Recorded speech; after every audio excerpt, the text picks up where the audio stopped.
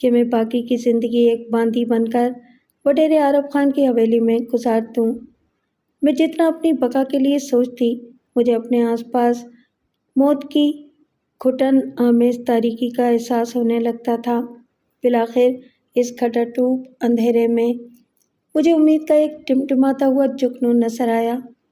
اختیاراں be be, المعروف be B G, یہی نام میرے دماغ میں ابھرا تھا۔ میں نے وڈیرے سائیں سے التجا آمیز لہجے میں کہا، سائیں بٹا، میرا خیال ہے اگر میں بی بی جی کے پاس چلی جاؤں تو؟ بے وقوفوں والی بات مت کر چھوکری، اچانک ہی وڈیرا میری بات کاٹ کر قدرے درست لہجے میں بولا، مگر پھر اگلے ہی لمحے اس نے کسی خیال کے تحت اپنے اوپر قابو پا لیا۔ اس نے دوبارہ کہنا شروع کیا، تاہم مجھے اب بھی اس کے گمبھیر لہجے میں ایک روایتی ضدی آمیز رعونت اور تحکم کا احساس ہو رہا تھا۔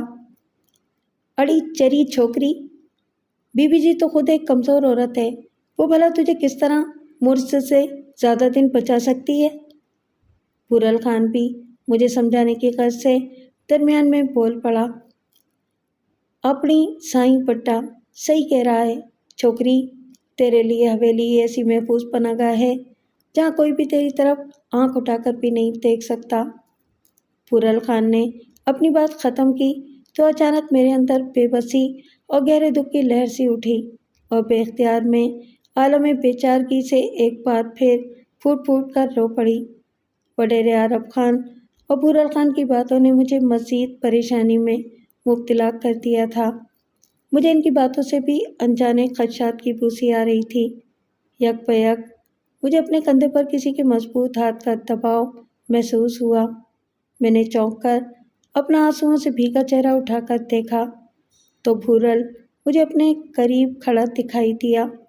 پھر اس کی کھرکھری آواز ابھری، چھوکری، اس طرح رونے سے کچھ نہیں ہوگا، اپنے سائیں بٹے کی بات مان لے، ہم ہی اب تیرے خیر خواہ ہیں۔ میں نے آہستگی سے اس کا ہاتھ اپنے کندھے پر سے ہٹایا۔ اس لمحے میں ایک حتمی فیصلے پر پہنچ چکی تھی، مجھے بی بی جی کے پاس ہی چلے جانا چاہیے۔